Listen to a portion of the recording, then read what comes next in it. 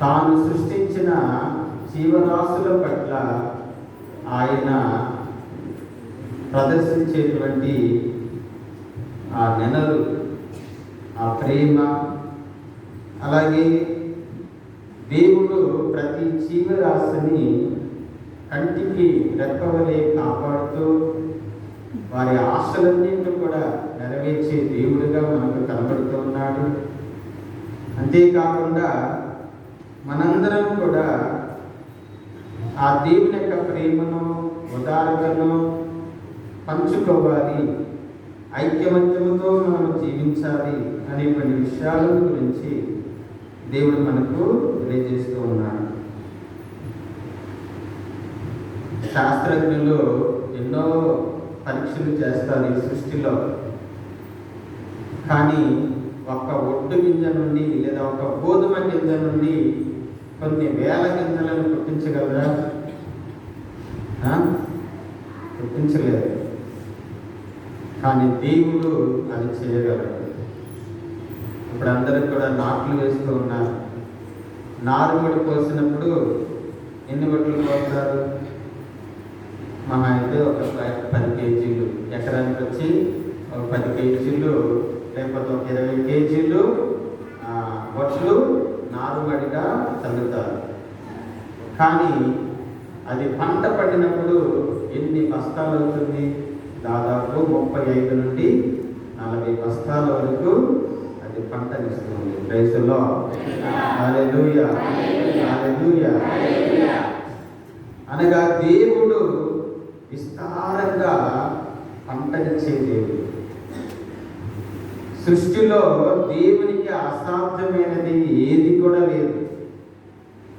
ఒక్క ఒట్టు గింజ నుండి కొన్ని వందల వేల గింజలను పుట్టించగల సమర్థుడు, శక్తివంతుడు, అద్భుతకారుడు, సూచక క్రియలు చేసే ప్రభువు అని ఈరోజు మన వాక్యం ద్వారా తెలుసుకుంటున్నాం. ఈనాటి మొదటిపట్నంలో ఎలీషా ప్రవక్త చేసినటువంటి ఆ అద్భుతము, అలాగే ఈరోజు ప్రభువు 5 రొట్టెలతో 2 చేపలతో 5,000 మందికి చేసినటువంటి అద్భుతమును దగ్గర పోలిక ఉన్నది. మొదటిపట్నంలో ఎలీషా ప్రవక్త కాలంలో, అలాగే ఏలియా ప్రవక్త, వీరిద్దరు కూడా గురు శిష్యులు. వీరిద్దరు ఏలియా, ఎలీషా, వీరిద్దరు కూడా గురు శిష్యులు. మరి వీరి కాలంలో ఇజ్రాయేల్ దేశం అంతా కూడా కరువు కాటకాలతో నిండిపోయింది. అందుకని ఏలియా ప్రవక్త ఆ కరువు కాలంలో ఎవరి దగ్గరికి పంపబడ్డాడు? షరాఫాతు గ్రామంలోని ఒక విధవరాలు ఇంటికి పంపబడ్డాడు. అన్యురాలు విధవరాలు. అలాగే ఎలీషా కాలంలో కరువు తాండవిస్తున్నటువంటి సమయంలో అందరూ కూడా ఆకలితో అలమటిస్తూ ఉన్నారు. ఆయన శిష్యులు, ఆయన సేవకులు అందరూ కూడా ఆకలితో బాధపడుతూ ఉన్నారు. అప్పుడు ఒక శిష్యుడు వచ్చి తన పంటలో పడినటువంటి తొలిచూలి పంట నుండి, ప్రథమ ఫలము నుండి ఆ ధాన్యమును సేకరించి యవధాన్యపు రొట్టెలను తయారు చేసుకుని 20 రొట్టెలను తయారు చేసుకుని ఎలీషాకి కానుకగా సమర్పించాడు అని మన వాక్యం వింటున్నాం. అనగా ప్రథమ ఫలాన్ని దేవునికి కానుకగా సమర్పించాడు. ప్రథమ ఫలము 10వ భాగములు నావే అని అంటాడు దేవుడు. నీ ప్రథమ ఫలాలు 10వ భాగములు నావే, వాటిని నా దేవాలయమునకు తీసుకురండి. మీ ప్రథమ ఫలములను 10వ భాగములను నా దేవాలయమునకు తీసుకుని వచ్చి కానుకగా చెల్లించండి. దేవుడు ఏమైనా వాడుకుంటాడా? దేవుడు ఏమైనా మేడల మిద్దెలు కడతాడా? ఎందుకంటే మనలో ఎంతవరకు ఉదార స్వభావం ఉంది, సహాయం చేసేటువంటి గుణం ఉంది, దాతృత్వం ఉన్నది, కృతజ్ఞత భావము ఉన్నది అనేది దేవుడు పరీక్షించడానికి ప్రథమ ఫలాలు 10వ భాగాలు నా దేవాలయమునకు కొనిరండి అని ప్రభువు ఆ ఆజ్ఞాపిస్తున్నాడు. ఈ విధంగా ఈ శిష్యుడు కూడా ఎలీషాకి కానుకగా ఇచ్చాడు. అక్కడ చక్కగా క్లియర్గా చెప్పబడింది.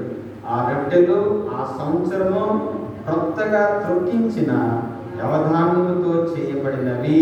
క్లియర్గా, చాలా స్పష్టంగా కొత్తగా అని మన వాక్యంలో ఉంటూ ఉన్నాము. ఆ రొట్టెలు అందుకున్నటువంటి ఎలీషా ఏం చేశాడు? అక్కడ ఉన్నటువంటి 100 మందికి పంచిపెట్టమన్నాడు సేవకులతో. కానీ ఆ సేవకుడు అంటున్నాడు కదా, ఈ 20 రొట్టెలు ఇక్కడ ఉన్నటువంటి 100 మందికి ఏ మూలకు వస్తాయి అని అన్నప్పుడు ఎలీషా ప్రవక్త అంటున్నాడు కదా, ఇదిగో ఇది ప్రభు ఆజ్ఞ, ప్రభు ఆజ్ఞ. అందరూ సంతృప్తిగా భుజించిన పిదప కూడా కొన్ని రొట్టెలు మిగులును అని ఎలీషా చెప్పగా ఆ ప్రవక్త మాట ప్రకారం పంచిపెట్టినప్పుడు వారందరూ కూడా సంతృప్తిగా భుజించారు. ఇంకా కొన్ని రొట్టె ముక్కలు మిగిలినవి అని మన వాక్యం వింటున్నాం. Praise the Lord. Hallelujah, hallelujah, hallelujah. ఇది దేవుడు చేసినటువంటి ఆశ్చర్యమైనటువంటి కార్యం. ఈరోజు సువార్తలో ప్రభువు కూడా ఇదే అద్భుత కార్యాన్ని మరి ప్రజల ఎదుట చేస్తూ ఉన్నాడు. ఇక్కడ మనం చూసినట్లయితే క్లుప్తంగా ధ్యానం చేద్దాం, జాగ్రత్తగా ఆలకించండి. ఇక్కడ యేసు ప్రభు సరస్సును దాటి ఆవలి తీరానికి వెళ్ళి ఒక పర్వతం ఎక్కి కూర్చున్నాడు. ఆయన చేసినటువంటి అద్భుత కార్యాలను చూచినటువంటి ప్రజలు గొప్ప జనసమూహంగా ఆయన దగ్గరకు రావడాన్ని మనం చూస్తూ ఉన్నాం, వాక్యంలో విన్నాం. రోగుల పట్ల ఆయన చేసిన అద్భుత సూచక క్రియలు చూచి గొప్ప జనసమూహము ఆయనను వెంబడించెను. ఇక్కడ యేసు ప్రభుని వారు వెతుక్కుంటూ వస్తూ ఉన్నారు. పోయిన ఆదివారం మనం విన్నాం, వారి కంటే ముందుగా కాలినడకన ఆ స్థలంలో చేరారని. మరి గొప్ప జనసమూహం ప్రభు యొక్క మాటలు ఆలకించాలని, ఆయన నుండి స్వస్థతలు పొందాలని, మేలులు పొందాలని, ఆయన చేసిన అద్భుత కార్యాలను చూడాలని, ఆయన యందు విశ్వాసంతో నమ్మకంతో ప్రభు దగ్గరికి వస్తూ ఉన్నారు. వారి బాధలు, వారి కష్టాలు, వారి శోధనలు, వారి కన్నీళ్ళన్నీ కూడా తొలగిపోవాలి. వారిలో వారు ఆనందంగా, సంతోషంగా, సంతృప్తిగా, సమృద్ధిగా జీవించాలి. అది ఈ ప్రభు మనకు చేయగలడు, మన జీవితాల్లో చేయగలడు అనేటువంటి ఆశతో ప్రభుని వెతుక్కుంటూ ఆయనను వెంబడిస్తూ వస్తూ ఉన్నారు. దేవుని బిడ్డలారా, ఈ విధంగా ప్రభువు ప్రజలు వచ్చినప్పుడు ప్రభువు పర్వతం పైకి ఎక్కి కూర్చున్నాడని మన వాక్యంలో వింటున్నాం. ఆ తరువాత ఆయన వారికి భోజనం పెట్టడానికి సిద్ధంగా ఉన్నాడు. యెషయా గ్రంథంలో మనం చదువుతాం 25వ అధ్యాయము, యెషయా గ్రంథం 25వ అధ్యాయము 6వ వచనం నుండి, సర్వశక్తిమంతుడైన ప్రభువు ఈ పర్వతం మీద సకల జాతి జనులకు విందు సిద్ధము చేయను.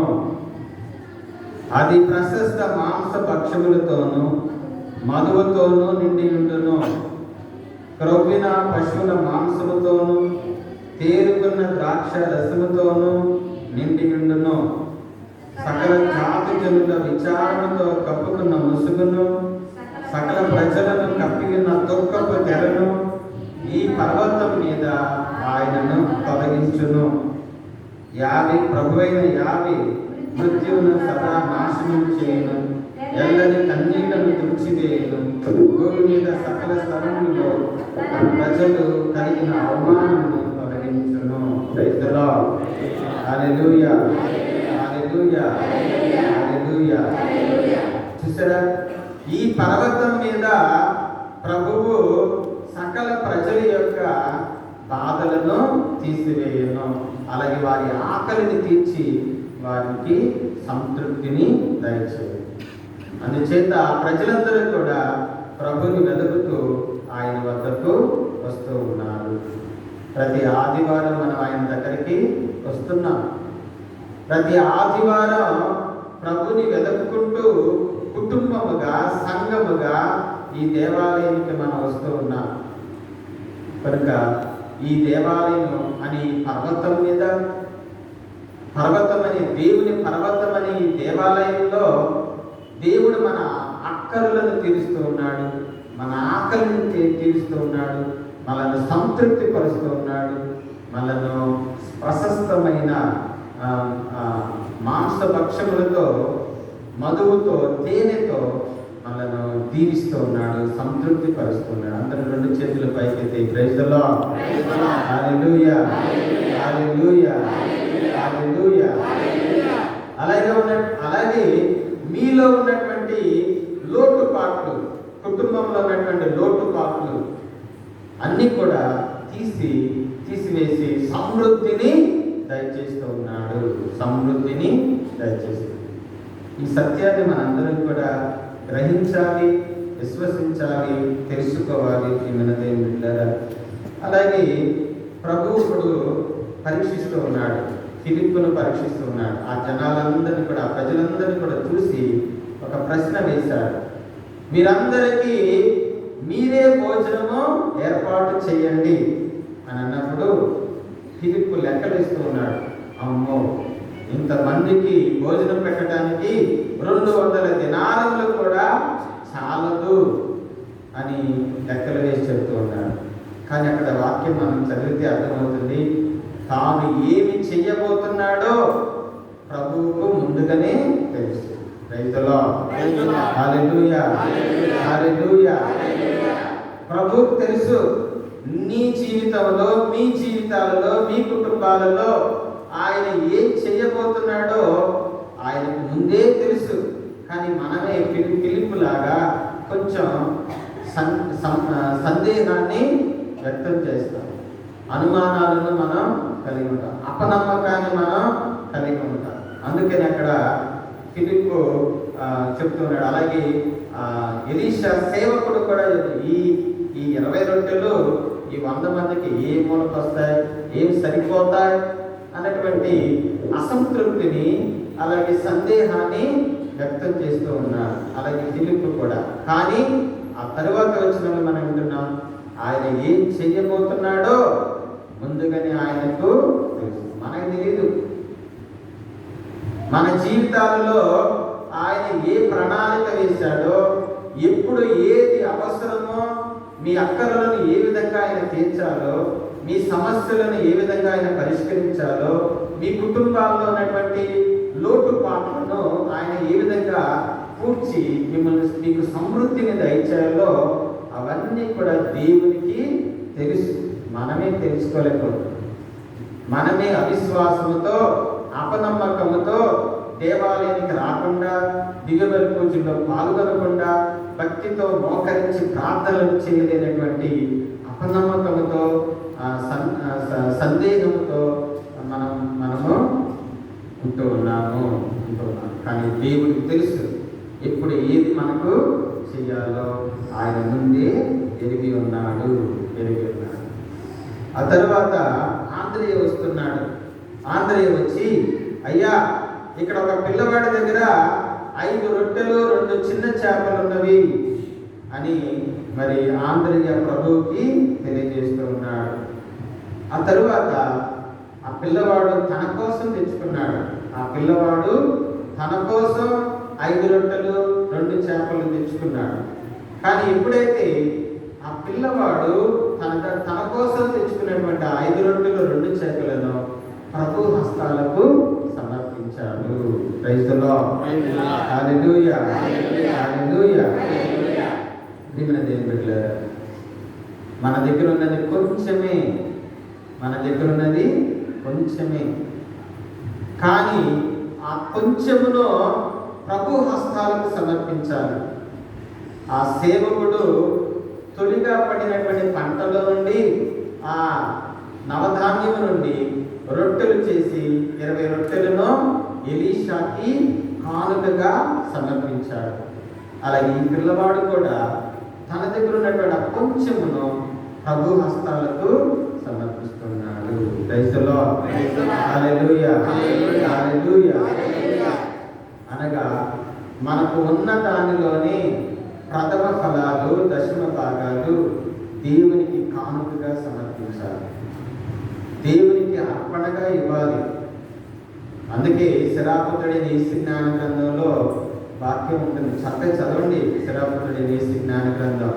మన పిల్లలతో చదివించండి, మన పిల్లలకి జ్ఞానం వస్తుంది, జ్ఞానం వస్తుంది. మీకు కూడా ఎలా జ్ఞానంతో జీవించాలనేది ఆ గ్రంథం చాలా స్పష్టంగా తెలియజేస్తుంది. అక్కడ చెప్పబడుతుంది కదా, దేవుని సన్నిధికి వెళ్ళినప్పుడు పుట్టి చేతులతో వెళ్ళవద్దు.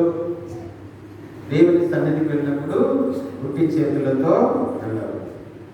కనుక ప్రేమదేవులారా, మనకున్న దానిలోని ఆ కొంచెములోని నీ కష్టాజితంలో, నెలలో కష్టాజితం ఉంటుంది.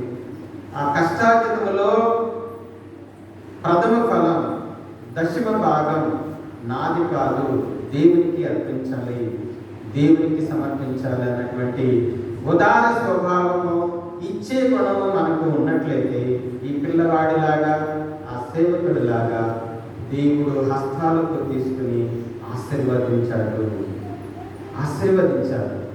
ఆ తర్వాత వచనంలో మనం చదువుతున్నాం, ప్రభు ఆ రొట్టెలను అందుకుని ఆశీర్వదించి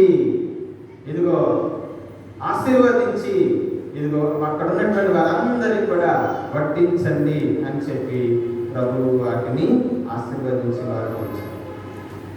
ఈ దివ్యబలి పూజలో మనం చేసేది అదే. ఈ దివ్యబలి పూజలో ప్రభువు చేసేటువంటి చర్యలు అవే.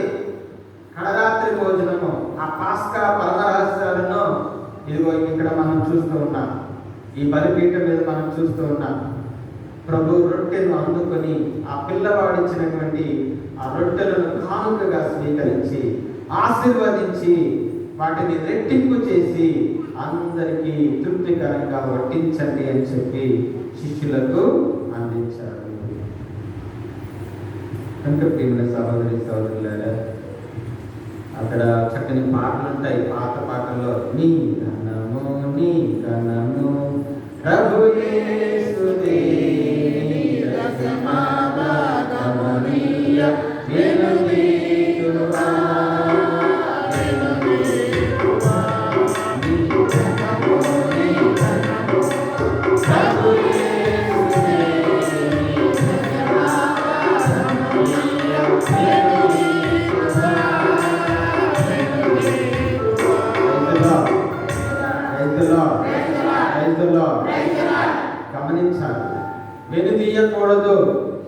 గమనించాలి.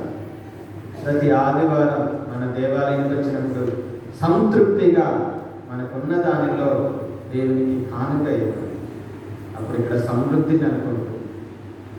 ఈ గోధుమ నుండి, ద్రాక్ష రసము నుండి ప్రభు మనను ఈ దేవాలయంలో సంతృప్తిగా మనకు ఆకలి తీర్చి మనల్ని సంతృప్తి పరుస్తూ ఉన్నాడు. మనకు స్వస్థతలను దయచేస్తూ ఉన్నాడు. మనకు మేలులను, ఆశీర్వాదాలను దయచేస్తూ ఉన్నాడు. కనుక ప్రియమైన దేవుని బిడ్డలారా, చాలామంది నూతన దేవాలయానికి ప్రతి నెల దశమ భాగంగా కానుకలు ఇస్తూ ఉన్నారు. ఇప్పటి వరకు ఈ 2 సంవత్సరాల్లో ఇచ్చిన వాళ్ళే ఇస్తూ ఉన్నారు. ఇచ్చిన వాళ్ళు సంతోషంగా ఇస్తూ ఉన్నారు, సంతోషంగా కానుకలు ఇస్తూ ఉన్నారు. మరి మీ జీవితాల్లో ఎంత గొప్ప మేలు జరుగుతాయి. ప్రభు అంటాడు కదా, నన్ను పరీక్షించి చూడండి, నేను ఎంత మంచివాడనో, ఎంత శక్తిమంతుడనో, ఎన్ని అద్భుత కార్యాలు చేయగలనో మీరే చూస్తారు. నన్ను పరీక్షించి చూడండి అని కూడా ప్రభు అంటాడు. ఈ దశమ భాగాలు, ప్రథమ ఫలాల విషయంలో నన్ను పరీక్షించి చూడండి. అవును, మనం గనక ఈ స్వభావాన్ని మనం అలవర్చుకున్నట్లయితే దేవుడు మన జీవితాల్లో అద్భుత కార్యాలు చేస్తాడు. మీ కుటుంబంలో అద్భుత కార్యాలు చేస్తాడు. మన సంఘంలో దేవుడు అద్భుత కార్యాలు చేస్తాడు. మరి సంఘాలు ప్రతి నెల దశమ భాగం ఇస్తారు. చాలామంది, కొంతమంది వాళ్ళ పేదరికం నుండి, వాళ్ళు చేసుకునే కాయ కష్టం నుండి ఆయన తాపి పని చేస్తూ ఉంటారు. ప్రతి నెల ఆ ఆయన దశమ భాగంగా కానుకలు ఇస్తున్నాడు. మనం ఇవ్వలేమా? ఎన్ని ఖర్చు పెట్టడం లేదు, వారానికి నెలకి. మన దేవాలయం కావాలి. దేవుడు మన అందరూ కూడా అద్భుత దివ్యపాల యేసు దేవాలయాన్ని, ఒక సుందరమైన పుణ్యక్షేత్ర దేవాలయాన్ని నిర్మించుకోవాలని ఆశపడుతూ ఉన్నాను. గార్డింగ్ ఫాదర్ సమయంలో మీరందరూ కూడా ఎంతో ఉదారంగా ఇచ్చారు, 30 లక్షలు. మరి ఇప్పుడు నేను వచ్చిన తర్వాత మీరు ఇచ్చిన దశమ భాగాలే 25 లక్షలు అయింది. అందరూ దేవుని స్తోత్రాలు చెప్పి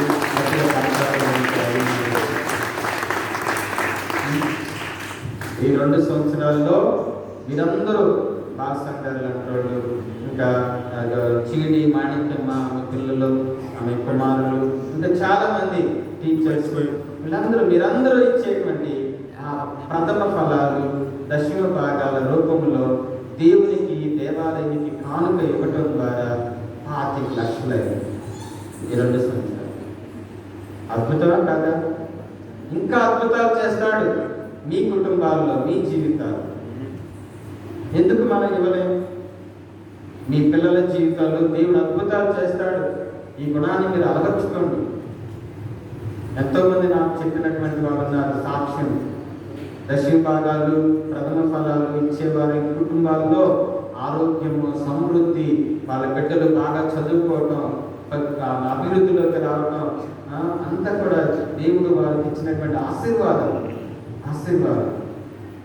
కాబట్టి దేవుడు మనకు దేవుడు ఇస్తున్నాడు, కానీ మనమే కొరచ చేయలాగా వెనక్కి పెట్టేస్తున్నాం.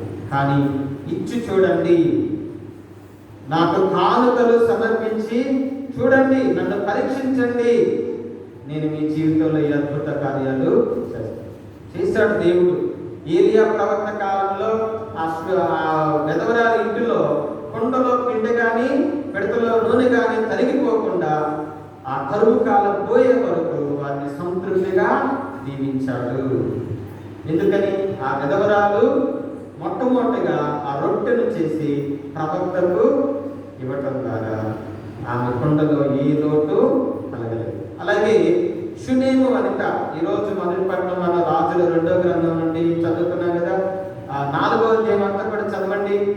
ఎలీషా ప్రవక్త ఏ విధంగా అద్భుతాలు చేశాడు. ఆ షునేము వనిత అప్పుల పాలైపోయింది.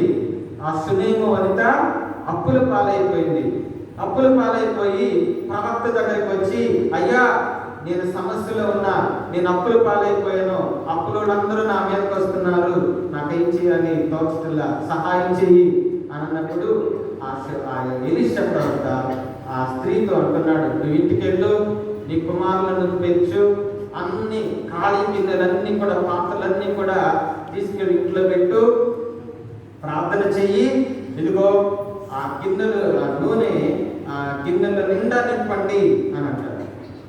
ఊర్లో ఉన్న గిన్నెలన్నీ కూడా తీసుకొచ్చి అక్కడ పెట్టినప్పుడు ఆ గిన్నెల నిండా నూనె పొంగి పొరుగుతుంది. ఈరోజు పిల్లలు 23వ కీర్తన నేర్చుకున్నారు వీళ్ళు. నా పాన పాత్రము అంచుల వరకు పొంగి పొరుగుచున్నది. ఈ పిల్లలు నేర్చేసుకున్నారు.